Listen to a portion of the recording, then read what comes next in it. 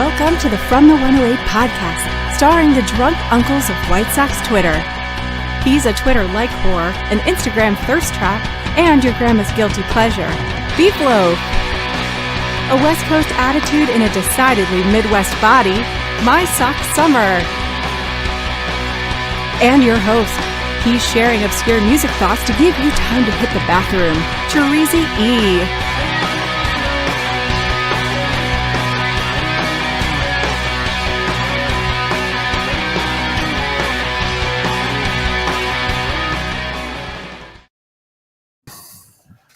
Thank you, Cornsey. Welcome to the From the 108 podcast. Get ready for some baseball, beer, and bullshit. And remember the drinking rules. If Beef Loaf says allegedly, or that he wrote a blog about that, you drink. If My Sock Summer doesn't know a player, which is definitely going to happen, or mentions his time on the West Coast, you drink. If I swear or say, here's the thing, you drink. And if Sleepy Harold says tools, assets, or depth, you drink. Of course, if you tip $1.08, we'll all drink. Yes. Also, if you tip $5, you can choose one of us to shut the fuck up for 5 minutes. Oh, bless up. Baby, let me ask you guys a quick question. What are you drinking? My Sock Summer, I'm anxious to see what you're drinking. So I have tonight the Battle of the Bourbons, but the Costco small batch bourbons. I bought this one from my dad a few years ago, and this is aged 7 years. It's the premium small batch bourbon. It is 103 proof, and that was at the time that it was bottled. I'm sure it's a little higher now. That's what I started off with, and oh Jesus, does that have a bite? Kid. This next one here is the long bottle. It's the same thing. It's a small batch bourbon. It is only 92 proof. So after I, soak my insides with this one, I'm gonna go to this one. So I'm doubling down on the bourbon today, baby. It's good stuff. I like it. I want to hear which one's better. I also want to know which one you feel more of a hit from. I'm gonna guess it's the first one, but we'll see. We'll see. You never know, because it might compound, and then you're in a state. I might pound and pound. You never know. A state. He's a vineyard. State of California. Oh, yeah. State of California. Beef, what are you drinking, buddy? I decided to switch it up. You guys have given me a lot of shit. I like to drink my red wine when I'm having podcast nights. I had a little pasta earlier. I did have some red wine, but I decided to mix up. I'm going white wine tonight, kids. Okay. So I'm going to drink white wine. It's hot weather. Hot weather's great for the white wine. So I'm going to hit this down. No free ads. I'm not telling you what it is or who it is. Kim Crawford. Delicious and crisp. It is not Kim Crawford. Delicious and crisp. I'm enjoying it right now. I have a weird feeling I might tear through this bottle, because I haven't drank white wine in a while, and I'm really enjoying the first pop of this drink. I feel like you're up here having champagne cocktails and manjin Kaiman over here, you motherfucker. That's how I do. He's going to go watch Sisterhood of the Traveling Pants after this while drinking his white wine, his basic bitch mentality. What I don't understand is you think you're manly just because you drink some bourbon. I could drink bourbon. So what? I drank tequila the other day. Wine is for everyone. Yeah. Okay? Wine is for everyone. Sophisticated or unsophisticated, men and women, everyone drinks wine. It's delicious for you. All right. Yeah. Not everyone drinks white wine, though. I got no problem. I got no problem with people drinking wine. Yeah. I have a problem with what a pompous asshole you are in general. That's more what I have a problem with. Tracy, what are you drinking tonight, my friend? I'm drinking some Tecates. I got a nice batch of Tecates for tonight. It's hot out. It's hot out, fellas. I don't know if you've been out there this week. It's hot. You turn your air on yet? Allegedly. I just turned it on. I turned it on because I knew I'd be hot for this. So I just turned it on a few minutes ago. It is not Franzia, okay? It's not Franzia. I'm not saying that. These are great on a hot day, man. These are wonderful. Beef, how you doing tonight, buddy? You know what? I'm good. I want to thank everyone for all the birthday wishes. You mentioned in the last podcast, Treasy, Friday was my birthday, June 17th. I turned 44. Got birthday wishes from a substantial amount of White Sox Twitter, and people who aren't even in White Sox Twitter coming by and saying, happy birthday to me. I really appreciate that, even though I'm not a big birthday guy. I think you kind of know that, Treasy. I like to keep it low key on my birthday, so I didn't do any big bash or anything. I did want to let people know, though, it's kind of humble brag, because I saw people tweeting at him to wish me a happy birthday. Jeff Passan, in fact, did wish me a happy birthday. Okay, he did not tweet it. He did not put it on the Twitterverse. He put in the DMs. That's why I didn't tweet about it at all. But I figured it's an intimate group here at the White Sox, our 108 White Sox podcast. So I'll read to you exactly what Jeff Passan DM'd me to wish me happy birthday. He says, and I quote, "Happy birthday. You don't look a day under 55. Fucking dick." And I responded. I said, "Thanks, Jeff. You'll wish you looked this good when you're 44. And I told him, "Happy Father's Day, my friend." And he said, yes, he's only got a couple years to get to 44. And he said, same to me on Happy Father's Day. So it was very nice of Jeff Passan to reach out to a guy. We have a kind of an interesting relationship in that he has bodied the shit out of me all over the Twitterverse whenever he feels like it. And it's not a regular thing. It's not like he's always on me. He'll take 18 months off and then come off the top rope and absolutely clobber me. But he's been good to us. You know, he wore our Wave Sucks sweatshirt on some ESPN content, which was really cool. And he's just, every once in a while, he'll pop in the DMs and say what's up and just chat a little bit. So nice guy, Jeff, very short guy, and a guy who wishes he'll be as handsome as me when he's 44 years old, Treasy. You know, that's the bottom line there. Beef, if you look 55 years old, how old do I look?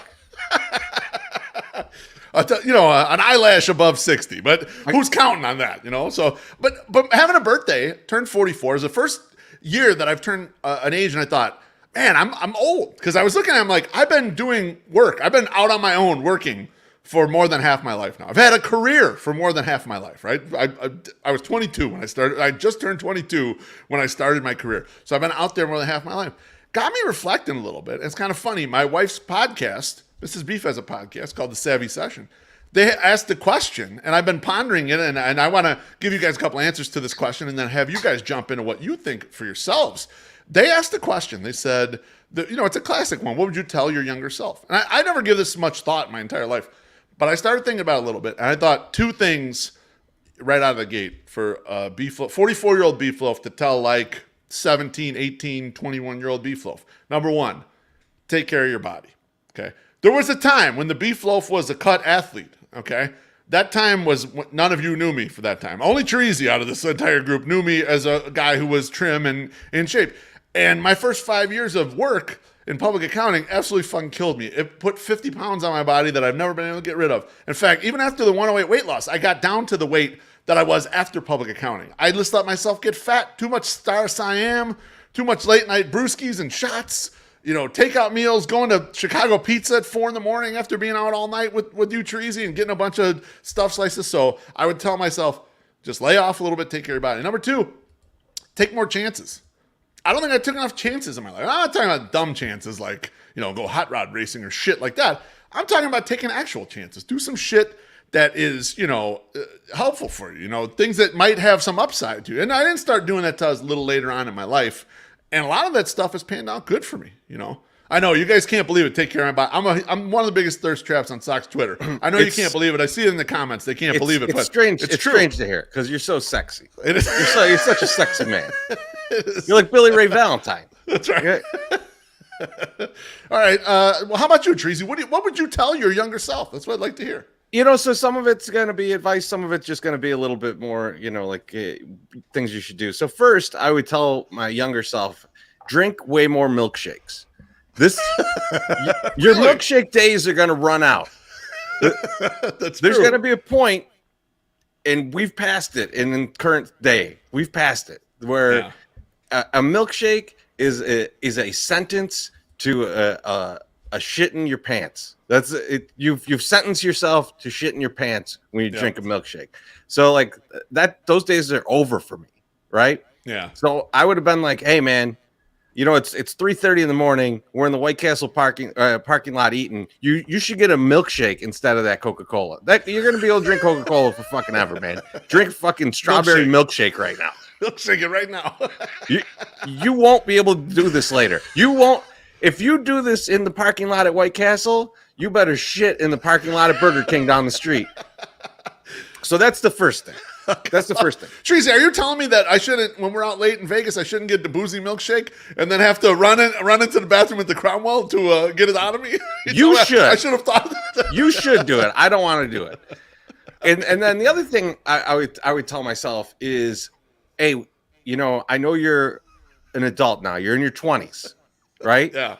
But when it's 4 a.m., the same stranger danger rules that applied as a child apply right now. Don't get in anyone's car. Like someone's offering you a ride. Not a good idea. Don't just get in. Stranger danger. There are some great stories behind that. Those are behind the paywall. Those are behind the paywall. You're not going to tell any of those. Before we get to My Sack Summer, what do you tell his younger self? We got people in the comments who are saying what they tell them younger selves. K-Dog says, lift with your legs and bring an extra pair of pants to work. I think that's good advice. And then Roxy says, take more naps. I didn't get on board with all those. Taking more naps is a great idea. That's it. You know what? And that's something Roxy's got a really good. Well, actually, both of them have really good ones because my back is totally fucked. But Roxy has a really good one to take more naps. I wish I would have worked naps into my kind of my world much earlier in life and just kind of kept them. I thought it was a sign of like laziness when I was younger, and so I was like, I can't take a nap, you know. And no, you're right. We were brought up as like, oh, that's a sign of weakness. Yeah, you got to sleep. What are you doing, lazy ass? You know, don't do that. And it's weird that our grandpas, they always would take siestas. I know. And we didn't catch on. We didn't catch on. Beef, you got to drink, my friend. I do. How much? You got to drink until My Sock Summer's done telling us his advice. Oh man. No, I'm just kidding. But take another big gulp there. Get that in there. Here you go. You guys were talking about this on Monday, so I started thinking about it, and I was like, I really had prided myself for a really long time, and I think I'm still in that good guard where like I don't really have a lot of regrets. Like I don't say, oh, I wish I would have done this or I wish I would have done that, because I did it. You know, I was like, fuck this, I'm going to go do this. And I think one of the biggest things that I probably would have told myself was just to like get to that point sooner. Like it didn't have to be in college. It could have been in high school. It should have been like, hey, just try that or do this. And you know, career-wise, I probably shouldn't have like tried to continue to do graphic design crap. I should have moved into more of a sales thing or did something like, especially when I couldn't get a graphic design job. I should have picked up some other skill to get a job, you know, and I didn't. And like I worked odd jobs. But the problem with those things, and like I used to smoke for forever. And you could tell your younger self, don't smoke. You know, you probably shouldn't do that. But I met so many people because of cigarettes. I met so many people in these weird ass shops. You know what I mean? Like more younger self. He would tell his younger self to start smoking earlier. That's what we're leading into here. It's like I'm just young My Sock Summer. You could have gotten the Stag films if you smoked more. I'm just saying. I was like I would miss out on a lot of people that I met just because we were outside at the same time, fucking smoking a cigarette. You know, or maybe wouldn't have met, you know, somebody else, you know, who knows, you know. What did you do first in your life? Did you smoke a cigarette or fuck someone? Oh, cigarette. Now, okay, that's what I'm the question. Okay, then fine. A question with a non-obvious answer is: did you smoke a cigarette or drink first? Oh, cigarettes. Really? 100%. Yeah, 100% cigarettes. Cigarettes were way easier to get than alcohol was. Like we could hardly get alcohol. Yeah. You didn't hang out with certain bartenders from certain bars right by the park. We're not in the city. That's true. City's a lot different than the country. It's like when everybody knows who you are and like knows, you know, your dad. You know, it's a little rougher to try to. You know what? K-Dog is wrong for bringing up harsh memories from 9/11. I don't appreciate this comment one bit. I'm not reading it for the podcast listeners. It's too harsh to me. It is. So what? That would have been awesome. But the like I think oh shit I had a thing, but now I don't remember it. But like I literally I don't have like a ton of advice. I think I did pretty good. But you know, I should have tried to like do sales. I should have tried to do some of that kind of stuff because I think I would have been good. But I wasn't. So yeah. All right. I have not seen that. I will go check that out. Senior Socks. Beef, were you done? Yes. Can we move on to My Sock Summer? I want to hear from My Sock Summer. Let's do it, baby. My Sock Summer, how you doing, buddy? Oh, I'm doing great. I am very tired right now. And luckily they canceled T-ball practice tonight, so we stayed at the entire White Sox game. And I would be totally exhausted if we had gone. I thought today's question that I proposed out of about the woman who stole the ball from the kid, it was interesting because I'm gonna fucking kill him sometime. Fuck you, Sal. Wait, so give me this scenario. I don't know what you're talking about. The question was like there was a kid in the crowd, and when I say kid, I mean younger than me. And I also mean under the age of probably 15. He was probably like 11, 12, 13, somewhere around there. And he was with, I think, his sister or friend. I don't know. But he was harassing Adam Eaton all night to get a ball, and Adam Eaton was just in the stands just trying to have a good time. Adam Eagle. Sorry. So he's yelling at him the whole time. And finally, Adam throws a ball over. Kid hits him in the hand, falls down, hits the ground. A woman who literally just showed up an inning and a half, 2 innings before to sit next to the security guard because the security guard is your friend, creeps down, grabs the ball and picks it up and goes, I got a ball, y'all. This is my ball. I love this ball. And the kid just came back and sat down. He wasn't sulky. He wasn't sad. He was pissed, because he missed it, but he wasn't upset. So I guess one of the things of that poll is like I wasn't clarified that the kid was not like 2 years old or 3 years old or 4 years. I mean, this was like he's older, so like it was a little bit okay. But Love posed, he's like that kid learned a hard lesson, today, and but it was this is one that you got to learn. Like he doesn't deserve the ball, but 92% of people said he deserves that ball. But Loaf had a really good contingent of likes from people on that post. Like there was a lot of people that liked that. And I always wonder, and I don't have the answer, and I took a 5 meg today, but it should be on by now. But I was like, I wonder how many people actually use the same advice in their own life. Like, do they go, oh, okay, I kind of fumbled the ball here and it didn't happen. But do they blame themselves and take it as a hard lesson? Or do they say, no, that was somebody else's fault? Like that ground, like there, it's easy to apply it to somebody else. It's not so easy to apply it to yourself. And so I was just, what do you guys think? Do you think that most people can see a hard lesson and say, hey, that's just life, or I'm going to be okay? Or do you think most people are looking for anything to blame it on other than themselves? Just think about it in general. Think about talking to anybody about anything. No one ever talks about the shit that's their fault. Like it never comes up. It never comes up. Like, so I don't think people, maybe they do personally. They take that lesson and they're like, oh man, I should have done better on this thing. But like every time you talk to somebody, it's some other asshole that fucked everything up. Like that right. Someone else's consequence that I'm absolutely guilty of it.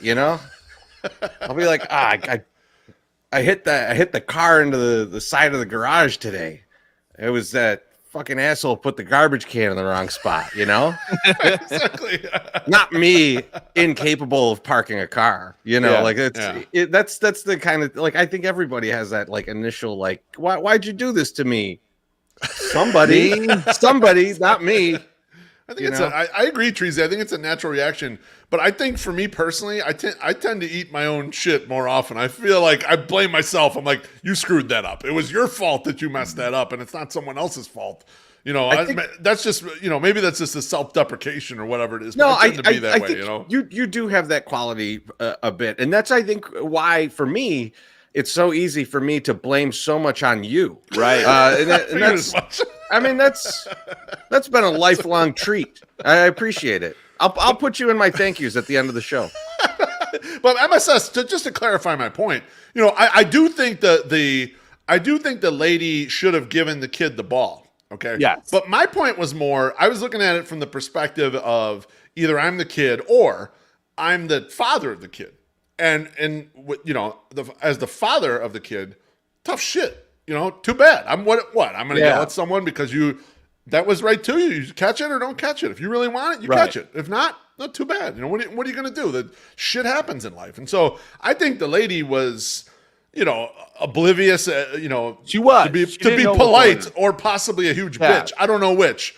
But either way, not great. It's not a great look, especially on a ball that's tossed in the stands. It's not like the ball was hit in the stands and bounced off someone and you caught it. It's like, okay, I could get you want to keep that, but that's a little different. Can I just say something as an adult with a bunch of shit behind me like this?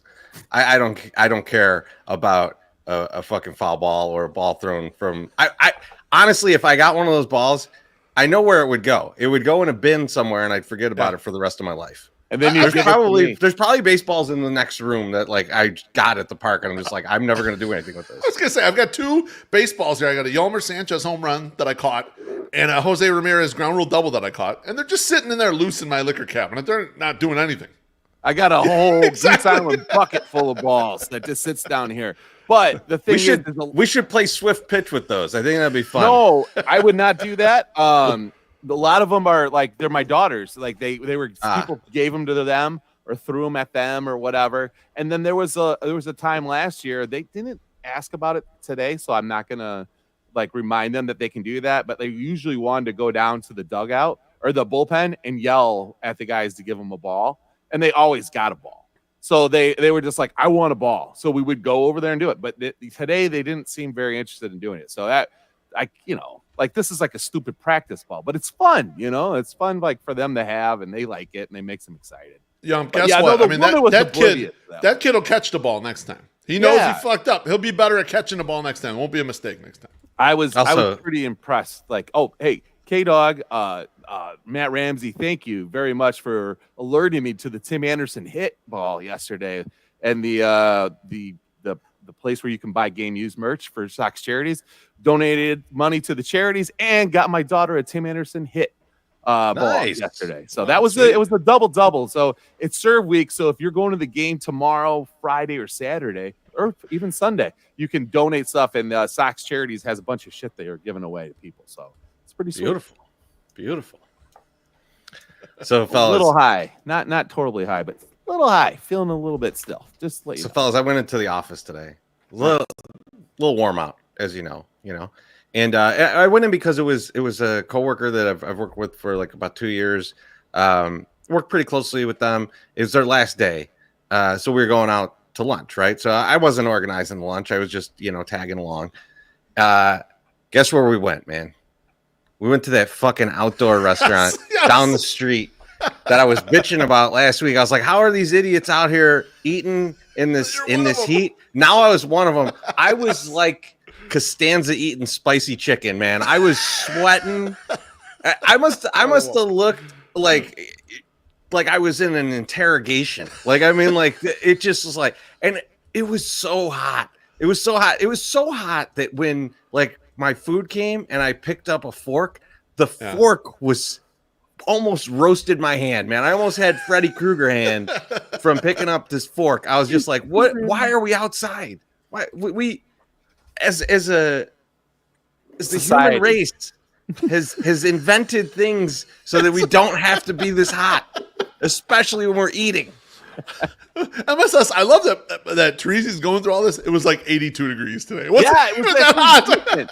I had to window in the car. Like, it really wasn't that hot. Oh, no. What were you wearing? Were you wearing your brother's sweater? It's what it is. And like I'm dressed for work, man. I got long pants on and shit. Like I wear long pants a lot though.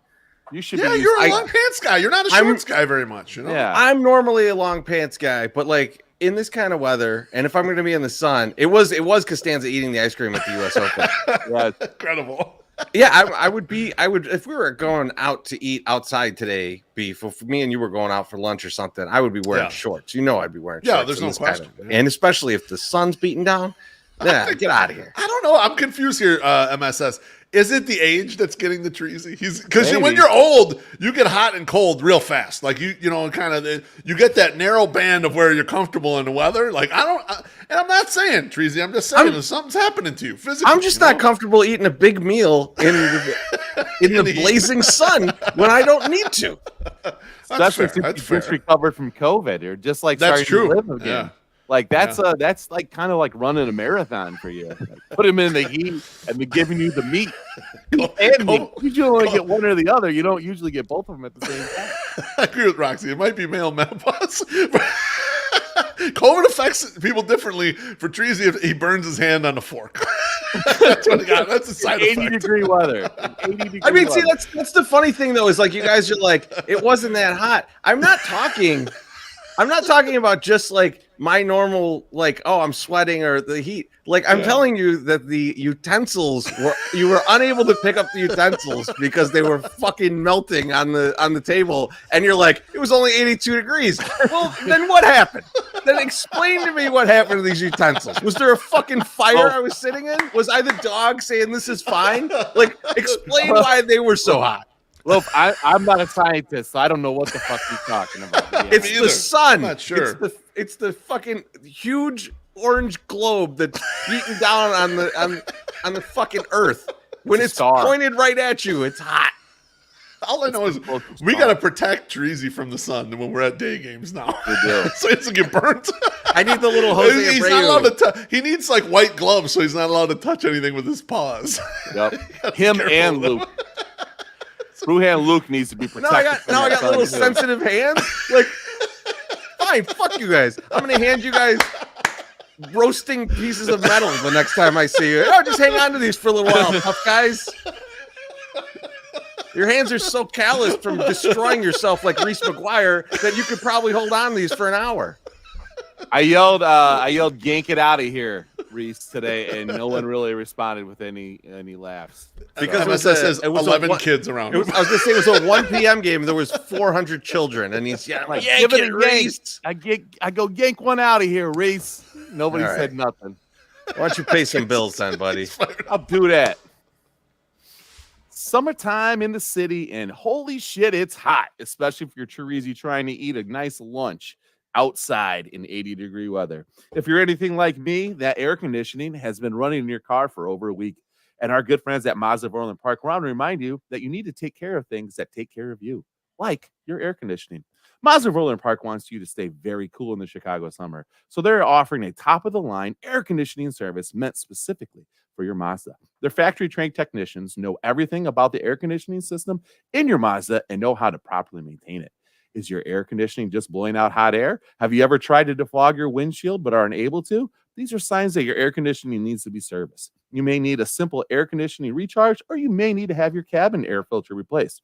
Or maybe you don't have any problems with your air conditioning, but do you want to be stuck in traffic when it starts to go out or on a family vacation? That's why air conditioning maintenance is so important. It keeps your AC running like new. So head on over to www.mazdaoforlandpark.com and book your next service appointment. Make sure you and your family stay cool all summer. And be sure to follow Mazda of Orland Park on Twitter at ZoomZoomNation as they give away tickets and parking to Sox games on the regular. Mazda of Orland Park, home of the Zoom Zoom Nation. 8910 West 159th Street in beautiful Orland Park. 708-444-3200. Zoom Zoom. Oh, I love it. Now, how was that? That I made that ad read my bitch. There's a question from Huck. He wants to know, is this pre-recorded? No. I actually went over and over this with a fine-tooth comb for 5 minutes and actually did it right. And then just a throwback from last week, chugging with fresh. Quick, someone grab Will Smith the spoon so he doesn't swallow his own tongue. For those of you who are on the podcast feed, MSS made a nice graphic for the Mazda ad read of DJ Jazzy Jeff and the Fresh Prince. And the Fresh Prince, people think he's not looking quite right, looking like he's stroking out there. So Dougie Fresh here's just making sure he's okay. So, fellas, just real quick, we're going to get into some baseball talk before we get to tonight's guest. And just real quick, I just wanted to mention this. The high today was 88, so fuck you guys. See, you know what I did? I got it. I got inside Treasy's head. We're in there, MSS. Let's stay in there all podcasts. Let's go, baby. Oh, all right, what a weird place we're at, Loaf. We're in a weird place right now. Speaking of Loaf being a terrible person, Beef Loaf hates horses. However, the guy that loves them is Johnny Cueto. And the question to you guys is, has Johnny Cueto been sent here on a mission from God? My Sox Summer, you go first, buddy. 100%. This man, since he was signed, everyone, and I'm going to say this very much like across the board, I don't think there was one person in White Sox Twitter that said, you know what, I don't like this Johnny Cueto signing. No one said that. They're like, give this guy a chance. Let's see what happens. That was not a bold statement to make by anyone. That people all believed that Johnny Cueto getting a shot with the White Sox was good, and it has paid off. This has been a great move. So it'll probably be attributed to somebody other than Tony La Russa, Rick Hahn, Kenny Williams, or Jerry Reinsdorf. None of those guys will get any type of credit for this brilliant move that it looks like right now. I won't give him credit for it because it was an obvious move. Right. He was the only pitcher available at that point. And a great move would have been having him earlier so that when someone gets hurt, he's ready to go. Instead, you miss like a month and we get a bunch of Vince Velasquez starts, who you did sign for the same role. Velo. Oh no, But no doubt. Vince is also doing a fine job. Okay, He's doing a job. He's doing a job. He's doing a mediocre job. Listen, let's just take it easy. Let's take it. Would you compare him to Johnny Cueto? Johnny Cueto, no, he would not. Does not compare to Johnny Cueto. That's the point. All right, shut the fuck up. Now, Johnny Cueto is walking around with his DGAF attitude, which means don't give a fuck attitude for all you kids that don't know what that means. He does not care. He is in his second life of his career. He is just like, I am done. This is my last shot. I'm going to throw everything against the wall. This is my sack summer. The last 2 years, I don't know if you guys know, but I used to live out west. The last 2 years I was out west, I threw that shit to the wall. And I said, you know what? Let's just try shit that I've never done before. Let's try to date somebody that I would normally not date. And now the results did not work out as good as Johnny Cueto, but that don't give a fuck attitude did a really good job for him, and it's working for him. So that is what you got to get to. You get to that state in your career. I think Lance Lynn is there also. It's just like, listen, this is the last go round. Let's just do this. Like, there's a lot of guys trying to figure shit out right now on our team.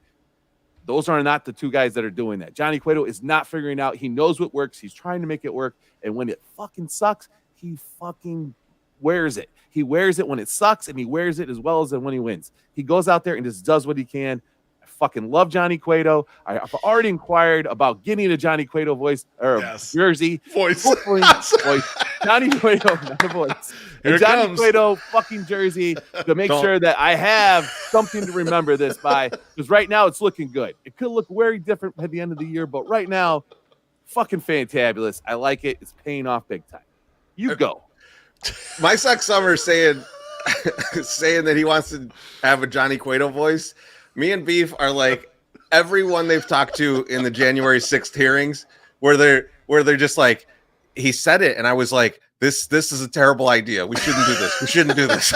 Yeah. No No ethnic voices, please. Jersey. I don't know why I said voice. I don't know why voice came out. I don't know. I'm sorry that I'm not doing a voice. Beef, what do you think? Is he on a mission from God? I think he is. It's kind of funny. MSS started his rant with to the windows, to the wall. I was like, whoa, where are you going with this, man? No skeet on this show, all right? Take it easy with yourself. I agree, Treasy. He is on a mission from God here, and he's absolutely killing it. I mean, his 6 starts, he's gone 6 innings at a minimum in all 6 of them. He does the 5-inning relief appearance on short notice. They just kind of drag, hey, can you be the guy who does this? It takes gigantic balls to be able to do that and be effective, too, in that spot, you know? As far as stats on the season, he's got a 1.34 ERA plus. That's third out of White Sox pitchers, and not very far behind Dylan Cease and Michael Kopech, guys who are considered like, you know, top stars. He's performing extremely well. He's got a sub-3 ERA.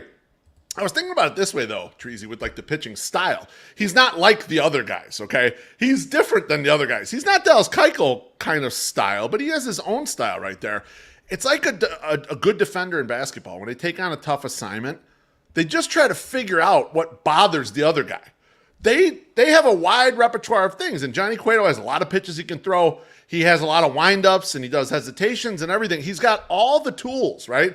He's got a bunch of tools in the toolbox. All he does is figure out what's going to be the most pain in the ass thing to do to this person. What's going to be the most effective thing on this particular hitter? It seems like he has a game plan. He's playing the game up here, and the rest of the White Sox pitchers, they're playing the game kind of all in here in the physical part. He's playing it in his brain so much, and he is absolutely dominating. I don't know if it's his stage of life where it's a good mixture of he still has enough stuff to get away with it, but everything he's learned and all the experience is kind of helping him, or if it's just like also combined with like the marketplace of hitters. The marketplace of hitters are all focused on hitting velocity. And so when they get the guy who's below the normal threshold of velocity, but has all these other tools to him, it's difficult for them to line up. I'm not exactly sure kind of what's going on here, but he is different in a way that like I see him attacking a hitter based on the way they feel uncomfortable. Whereas I see like a Cease or Giolito thinking, I've got to land pitch X.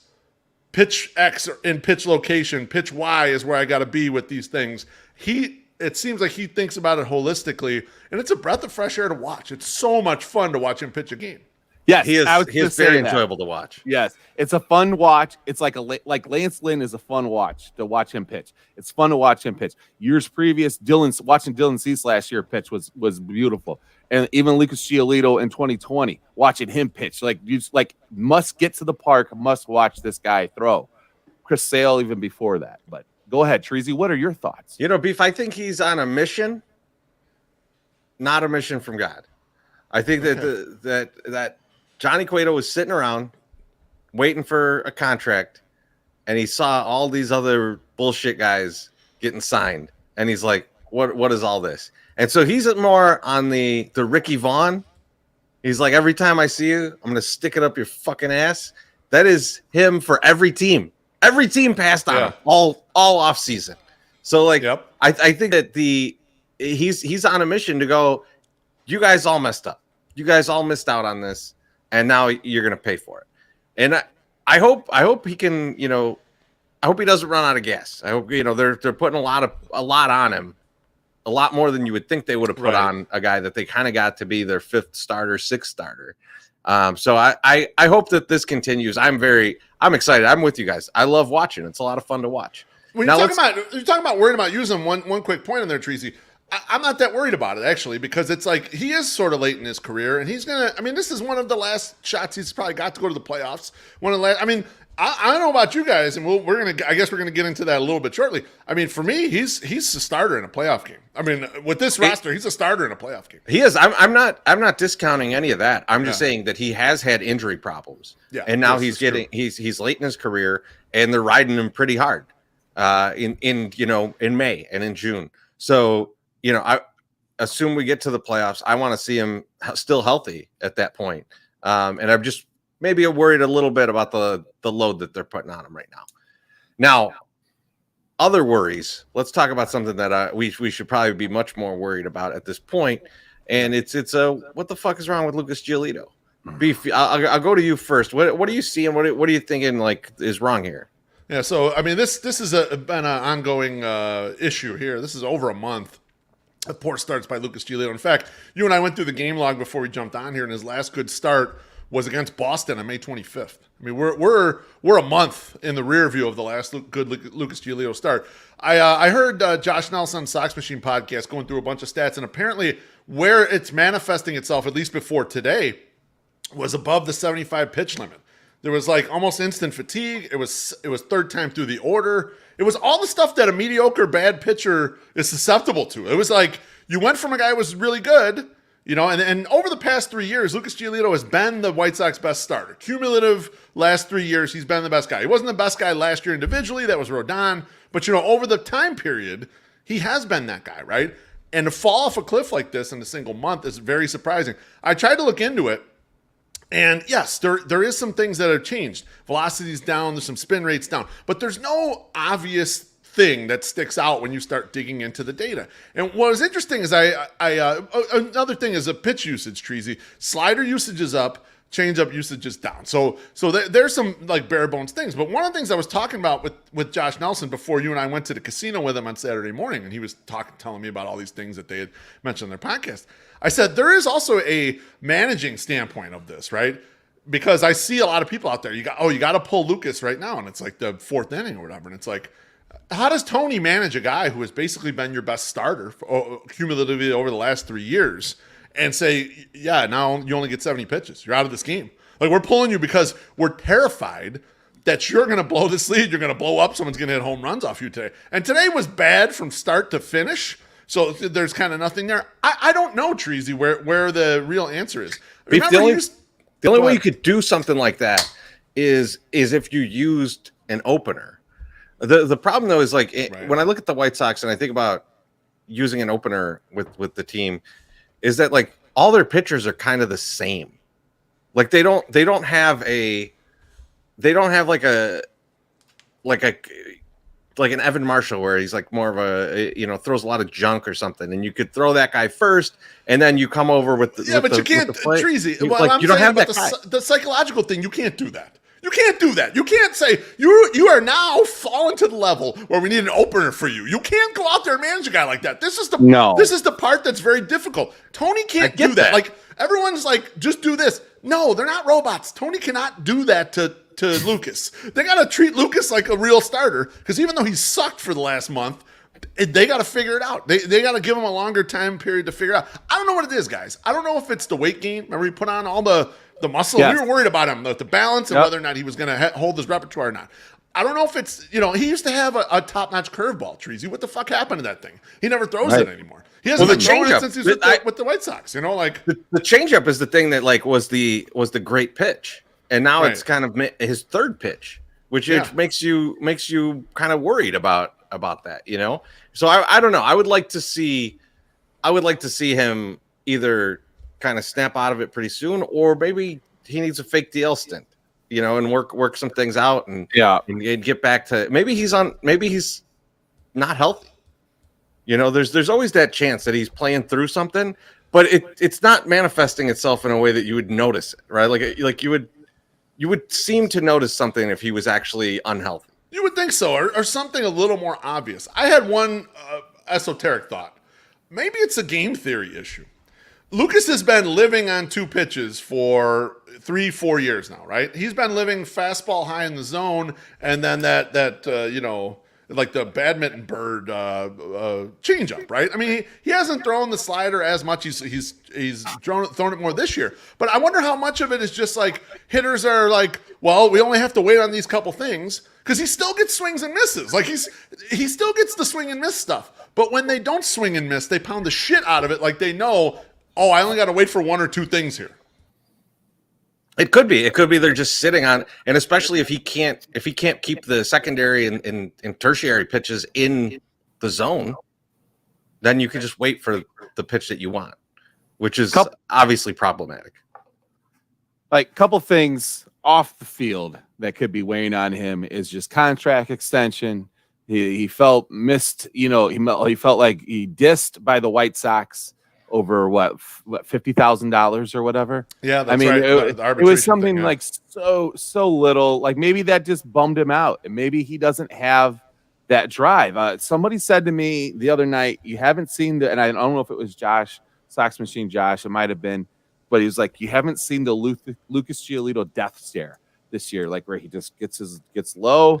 And he just stares down. That was Shane Reardon when we did Shane Reardon's show. He said you haven't seen him where he looks like ultra focused like that. Okay, so it was Shane. I'm sorry. Both beautiful men, both great beards. A little different in length, but the girth is there on both sides.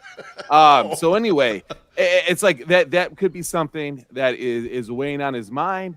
And then once you start faltering, and okay, well, shit, I didn't get what I wanted here, and so now I'm like, people are probably looking at me to see what they can do with me when I become out of my ARB years, and I'm going to get picked up by somebody. Am I going to be able to get that contract?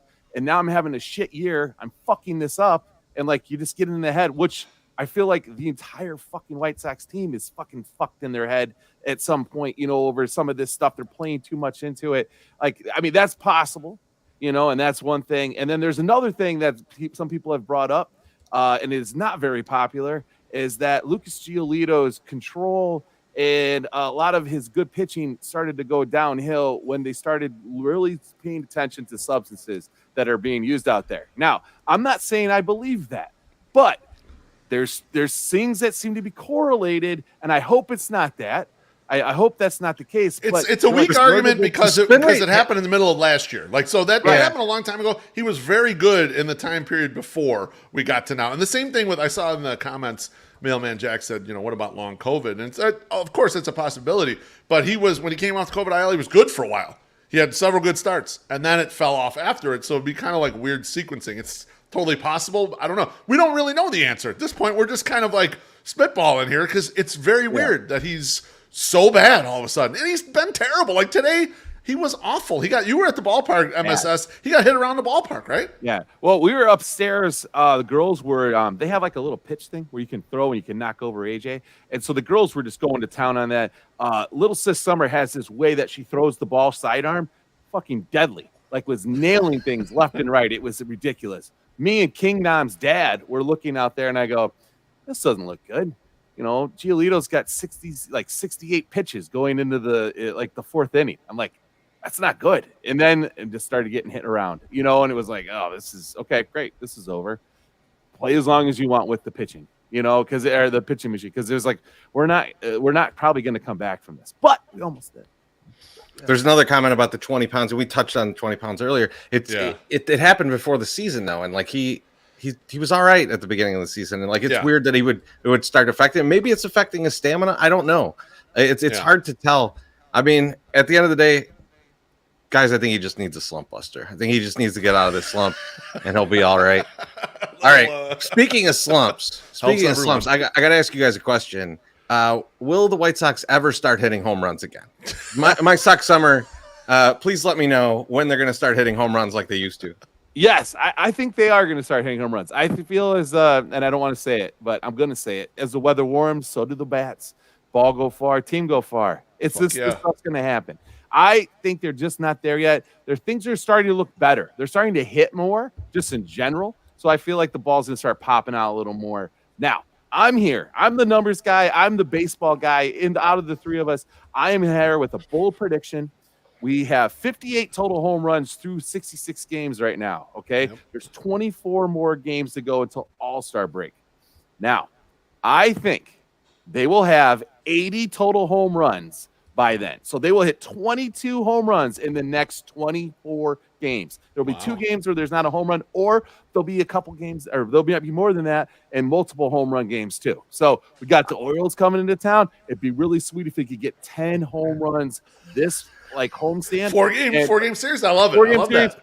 2 a fucking game, maybe then 3 a game and 2 of them. Let's do this. Let's just make it happen. But yes, that's my 22 home runs in the next 24 games.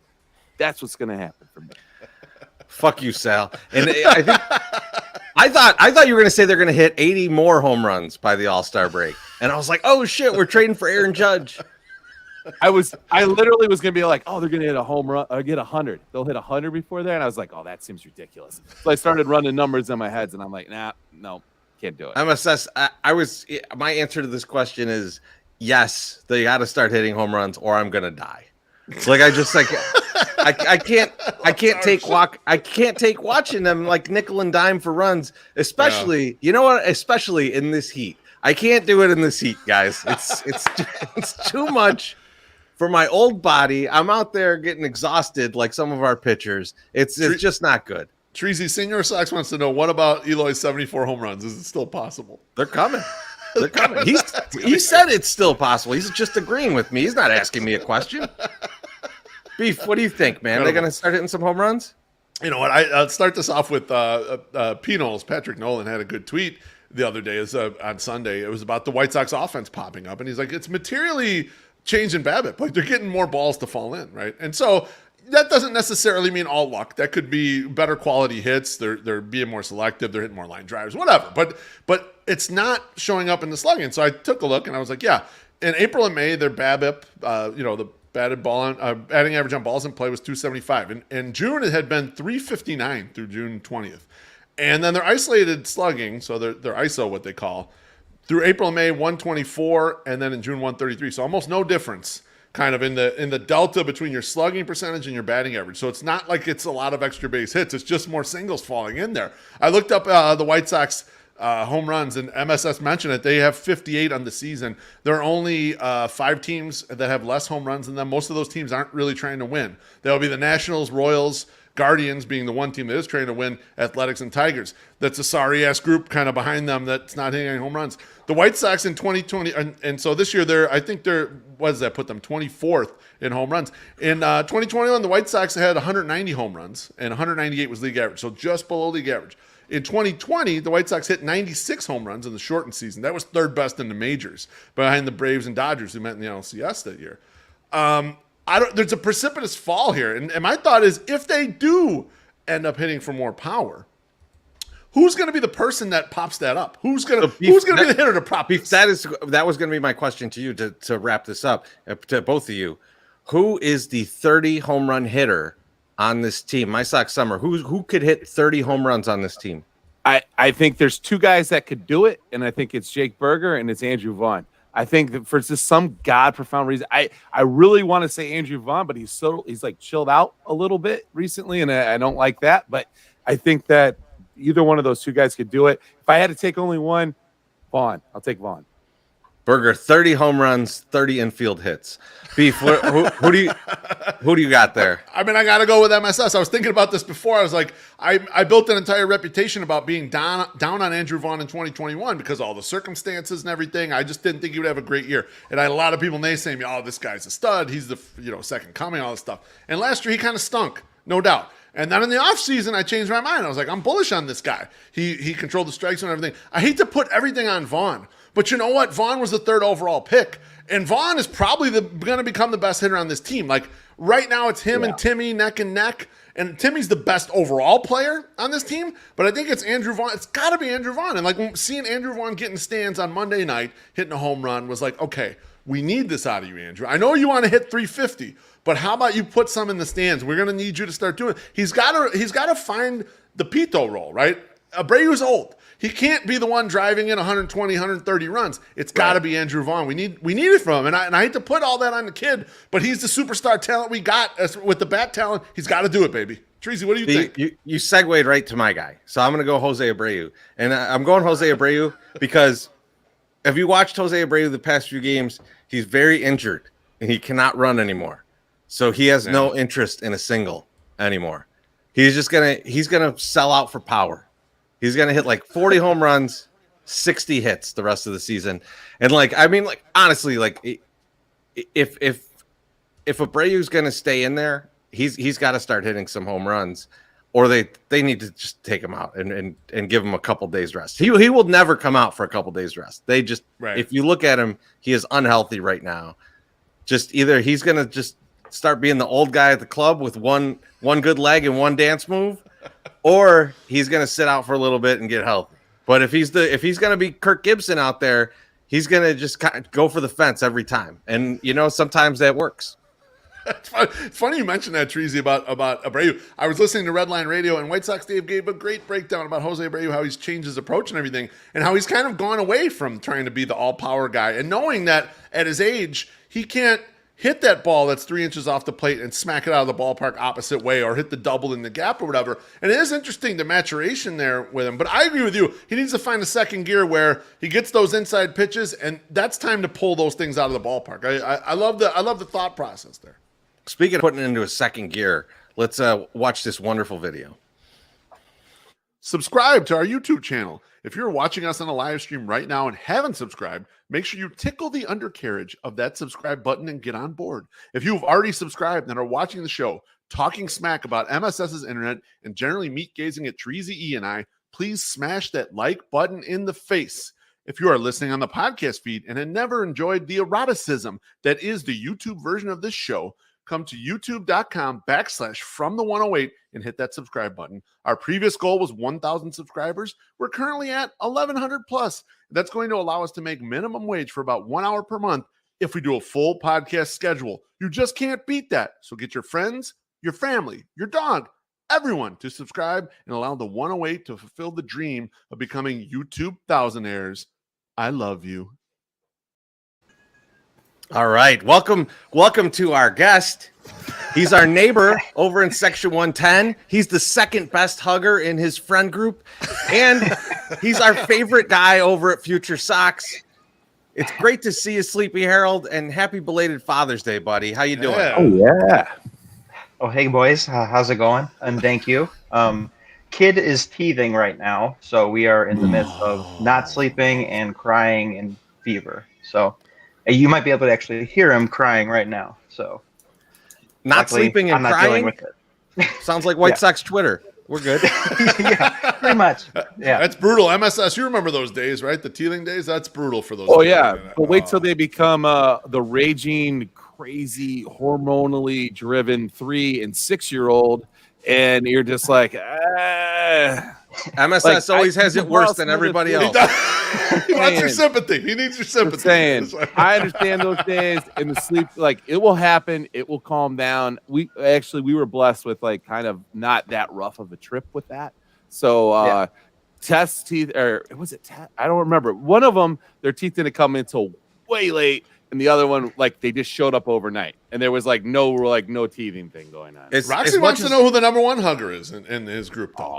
Oh, Beef, I mean, that's you your guys- ranking system. That's your my ranking. blog. That's Mr. Mayor. I'll repost that blog so everyone can see my top 5 huggers. Sox Twitter. And I'll tell you, as much Sleepy as would we be a want better hugger if he was taller. He's As he's a little fun-sized guy. He's just he's down there like this. It's like Nick as much as we Madrigal. want to hear the trials and tribulations of my Saint Summer, I want to talk to Sleepy Harold a little bit about the White Sox farm system. And the first thing we want to talk about tonight is the fact that, and today's a great example because everybody on the field got hurt.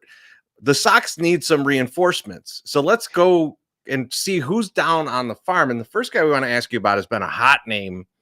A lot of people talking about him. A lot of people want to see him up. DFA Josh Harrison, bring in Yolbert Sanchez. Tell me a little bit about Yolbert Sanchez and what he is currently, what they expect him to be. Yeah, so Yolbert Sanchez was like their top get of the international class, like a few years back, with the big prize signing. He was at that point was like he could play Gold Glove defense right now in the major leagues. But it was always the bat was a question mark if he would be anything more than like a utility slap hitter, whatever. So, we'll fast forward to now. Started off fantastic in Birmingham, still contact oriented. Now he's not so much of a shortstop, been playing a lot of second, which, Sox need bodies essentially everywhere because nobody can last a week. So he'll fit in. He can cover the infield. So that is a plus. He's, I would say the odds seem to be pretty good that like we should see him at some point based on how frequent everyone on the damn roster is getting hurt. The thing with him though is like everybody's kind of thinking like he'll be some big savior, and if you kind of like dive into his numbers and like take out the 12-game sample in Birmingham to start the year, like he's got today, it was like a 92 WRC plus, so like slightly below average with the bat. I mean, it's not great. I mean, he's kind of, now this will really get the jollies and people going here. So when I think of like his offensive profile, I kind of get like a love child of Yolmer Sanchez and Larry Garcia. If they fucked and had a baby, it would probably be like this offensively. So it's, not going to be a lot of power. It's like shockingly not a lot of power. And in Charlotte, like everybody usually hits the shit out of the ball because it's a bandbox, and he's making a lot of contact. Like I actually have it pulled up here. So as of today, like a 287 average, which I know batting average is what it is now, but like that's good. But 689 OPS, like that's kind of like yeah, that's in a way that's why you go out and buy Larry Garcia and Josh Harrison, because you're not sure if what that's gonna become at the next level. It's kind of funny that you bring up the kind of the slug. Treasy's been on the slugging the whole time. He's like, yeah, it's kind of the singles only profile here. Yeah, and there's not a lot of slug, and so why do you think? I'll ask the question for MSS. This is what he would have asked you, because he's like, if the White Sox will bring anyone up that they can put in any position that's not their own position, but they haven't brought this dude up yet. Why do you think they haven't brought him up yet, Sleepy? Because they did pay a bunch of money for him. He's older, like he's 25, 26, right? So it's not like it's like a. There's like a gestation period. It's like, it feels like he should be old enough to be ready. Why do you think he's not here yet? Hasn't become like a reinforcement on this roster at this point? Yeah, so like you said, he's 25. So it's not like he's not like like Jose Rodriguez. He's not like 21, 20. Right. So he wouldn't be necessarily out of place. I think the thing, he needs to be added to the 40 man, which of the guys we're going to kind of discuss will be a common theme. So, I don't really have a good answer unless they just don't think like I want to say there was a quote from maybe it was Chris Getz saying that like they wanted to promote him, see him struggle, and then see him like make adjustments. So Okay. that kind of Makes sense. happened. Like he came up, kept hitting, struggled a bit, like had a couple weeks where it was shitty, and then he kind of picked it back up. I mean, again, picked it back up, well, using air quotes to like, he's hitting good. It's just not it's singles, like it's singles and some on base. But Right. I mean, the reason why he wasn't here, the only thing I can think of is they didn't want to add him to the 40 man now. They didn't want to, DFA Harrison too soon. Right. Mendick's already on the 40 man. Romy, I think the big thing, like with Romy Gonzalez, like being on the 40 man and being hurt essentially all year, like kind of screwed a lot of that plan up. Yeah, hurts, because like they could have just given him time to just like, all right, we don't need to make a decision yet. Like, just let you kind of develop or whatever. I think they're kind of getting back into a corner now to where like if Mendick's hurt and Engel's hurt, like, Larry's got to play and Harrison's got to like Berger. Like you can't have just one backup infielder. Right. Yeah. Like you need more. So like I think the clock's ticking that like we should see him. I would just say like, temper those expectations because, you might just it'll be like Nick Madrigal with like less offensive impact, if that makes any sense, Madrigal light. So let's Madrigal light, if that's a thing. Let's talk about a guy who maybe has a little bit more pop to his bat in a similar position, and that's Lenyn Sosa. What are your thoughts on him? And now I know he's still down in AA, so he's not even up to AAA yet. But like, there's been talk about him just skipping AAA. Like, where are you at with him? What does he look like? Yeah, so I'll put this out there that he played yesterday, had a homer, 2 walks. The injuries, whatever happened, and weirdly enough, he's not in the lineup today. What that means? Wow, that's a hot nothing, lead. something. I don't know. Maybe that's Johan Ibar off the 40 man. That's what that means. Yeah, somebody's going. Parker Merkel, Exactly. like whatever. Goodbye. So that could be nothing, could be something. I just find it peculiar that after the game is after an off day already, and then like they have one game and they're at home. I just think it's weird, but well, I guess we'll find out. In other words,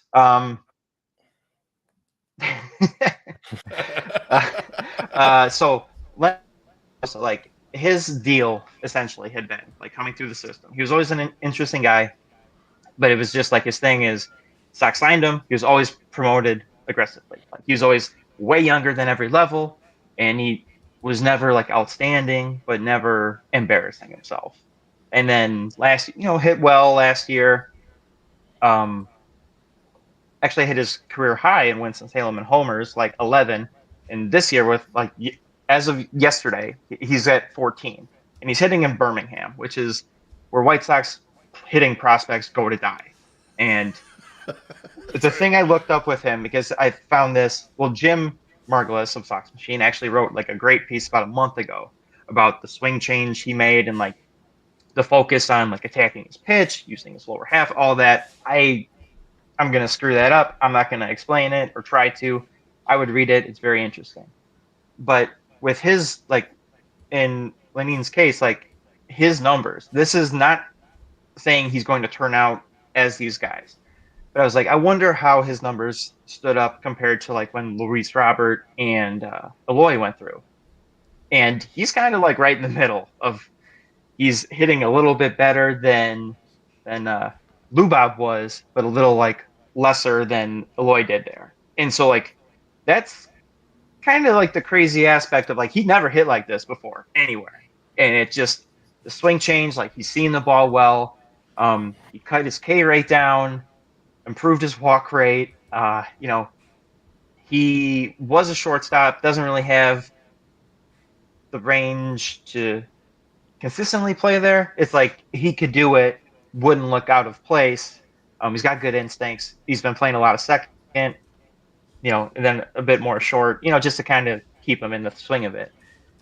Personally, this was kind of like I was hoping for like hey, if you need an impact in the lineup when corpse ball was in full swing, like early June, late May, still kind of now, like call him up. Like he's got to get added to the 40-man anyway. If you want to see if it's worth it, like he might add some pop. Like the Sox don't really need more singles. Like they're great, they're hits, they count, Exactly. but like need a little bit more authority. Like even you guys mentioned before, ball go far, team go far. Like it's, Yeah, to me, Sleepy, it makes sense. He's wet my whistle because I'd known of Yolbert Sanchez and I knew kind of there's no power there or any of that. And then when I started hearing things about Lenyn Sosa, I'm like, oh, he's on the come here. And just to wet the lips of the listeners here, I'm going to give you the slash line in Birmingham. Now Birmingham is a super hard park to hit in. Think about old days like Petco. San Diego was a really tough park to hit in. Birmingham's like that. He's hitting 331 batting average. This is coming into the night. 331 batting average, 384 on base percentage, 549 slug. He is absolutely crushing the fucking ball. And as Sleepy mentioned, I mean those are Luis Robert, Eloy Jimenez at that age numbers, except this is a middle infielder profile. Like you said, maybe it's not a shortstop anymore, but I mean, if it's a second baseman, sometimes if he third wants to hit like that at second base, who cares? Fine, exactly. that works. All I'm hearing is Ray Durham. Book it. We got it. Yeah, Lock it in. I'm in. Like that's good. It's just so. And the thing I guess I should mention, the thing with him is like he has gone through like at each level like a little like an adjustment period where he kind of comes in, struggles a bit. Like this happened last year. He was promoted to Birmingham and didn't play well.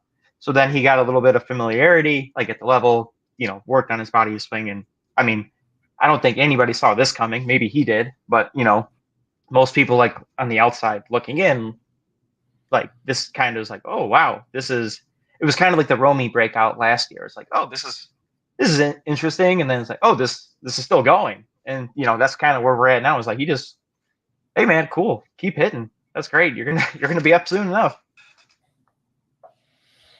I would love to see him to skip a level, but that does scare me a little bit. That like he's had this adjustment period, and you think skipping Charlotte and then going straight to the majors, that's a huge adjustment.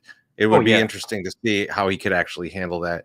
But a guy that I think we all thought was going to come up recently, but injuries got him, unfortunately, was Carlos Perez. He's the catcher at Charlotte.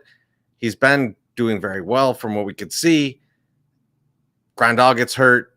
They bring up Sebi because Carlos Perez is a little bit banged up. Tell us a little bit about Carlos Perez and what he kind of brings to the table in terms of catching. Yeah, so Carlos Perez, he is offensively, he's more of a contact guy. Like he's improved a lot from what he was to where he is now, but still kind of a contact oriented guy. Doesn't strike out a lot. So like he has a 6.3 as of yesterday when I looked all this up, a 6.3 walk percentage to like a 7.7 K percentage. So thanks, Billy. So like that's he's making contact, like he's putting the bat on the ball.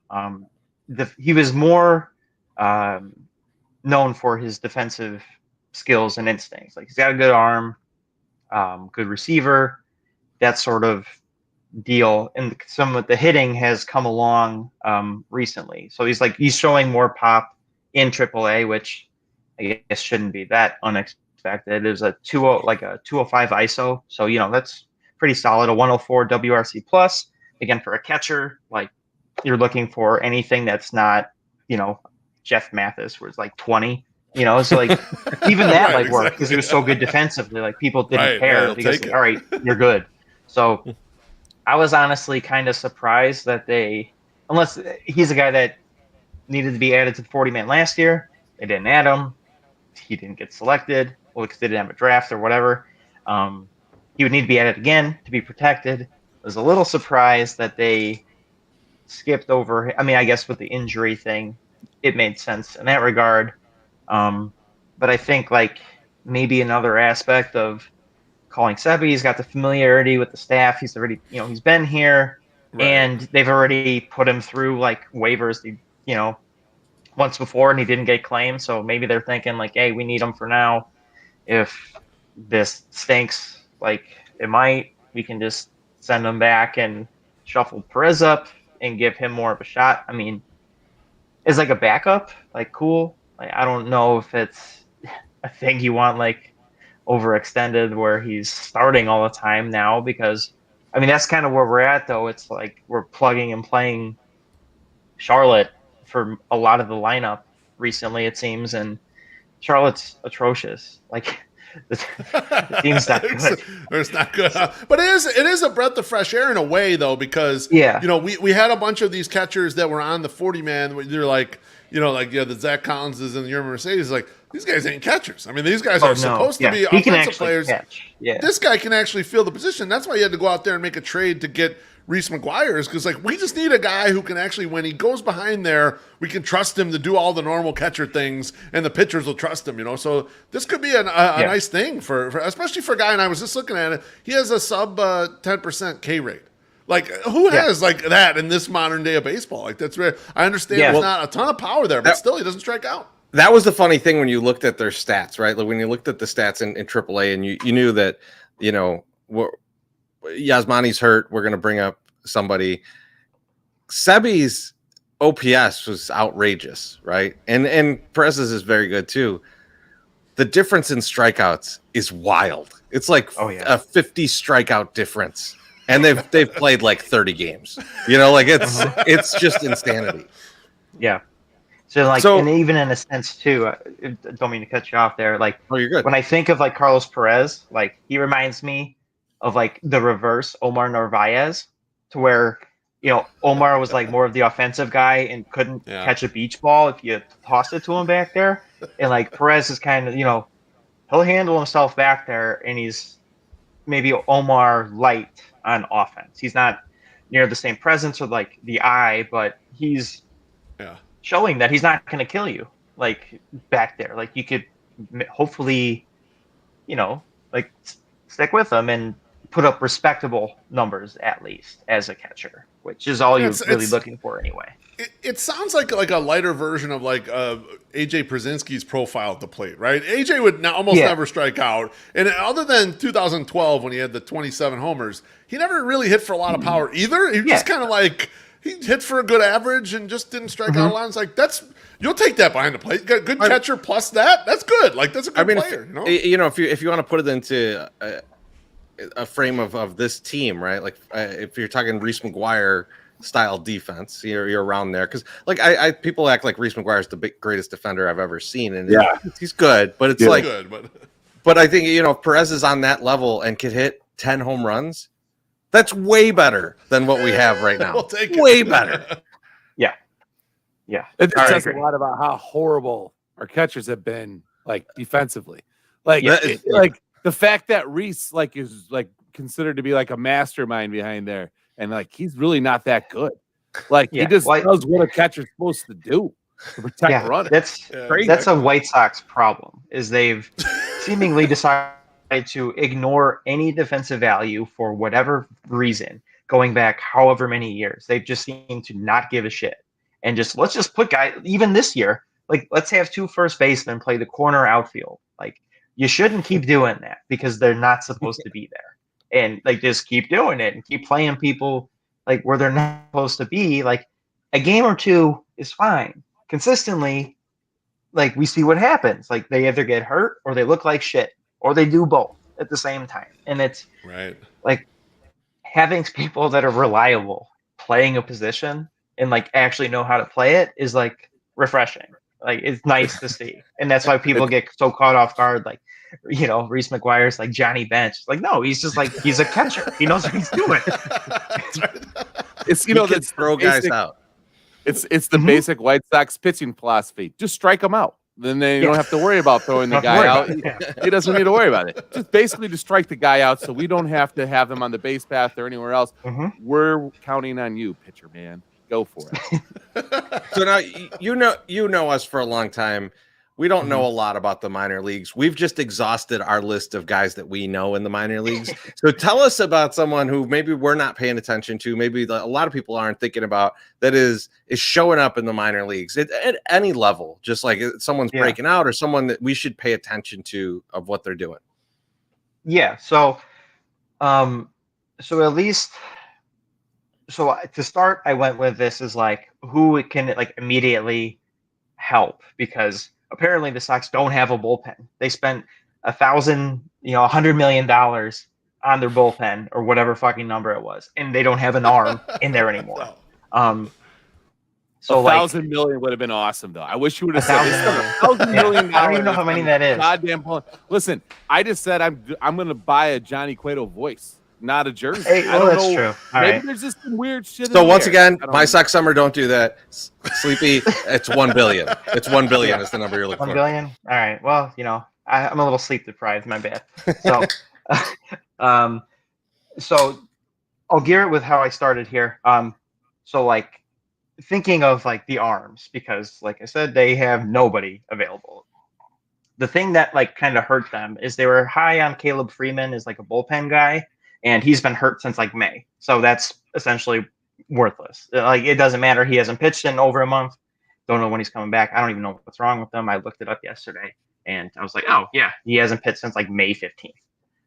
Jonathan Stever, remember him from like however 2 years ago? He was a big blow up guy, and then yes, I do. Pitched the last couple and kind of stunk when he came here. He's hurt and he hasn't been back yet. So like, all right, that's your starting pitching depth guy that is just gone. Guys that they do have available, it's not sexy. I repeat, nothing sexy about these next few guys, but their arms. Like Jason Billis is on the 40 man. Oh, yeah. Yep. He's been starting in Birmingham to mixed results, to put it politely. It's a lot of walks, a lot of Ks. That's kind of seems to be the thing. He's got good stuff. It's just, I don't know that starting seems to be cut out for him. I think the stuff will pick up if he's in the bullpen. That's kind of through following him. That's how I've always seen it, is like he seems like if it's like a Jimmy Lambert type, like you start in the minor leagues because you need somebody to start. But if your future outlook, you're probably good because your control is what it is. I want to say he had like a 5, like a 5 point something walk like per 9, which is not good. Ouch, yeah, that's brutal.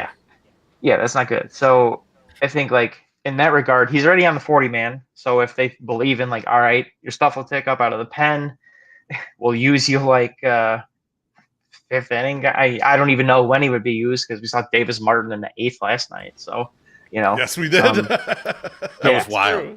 It was wild. It was wild. That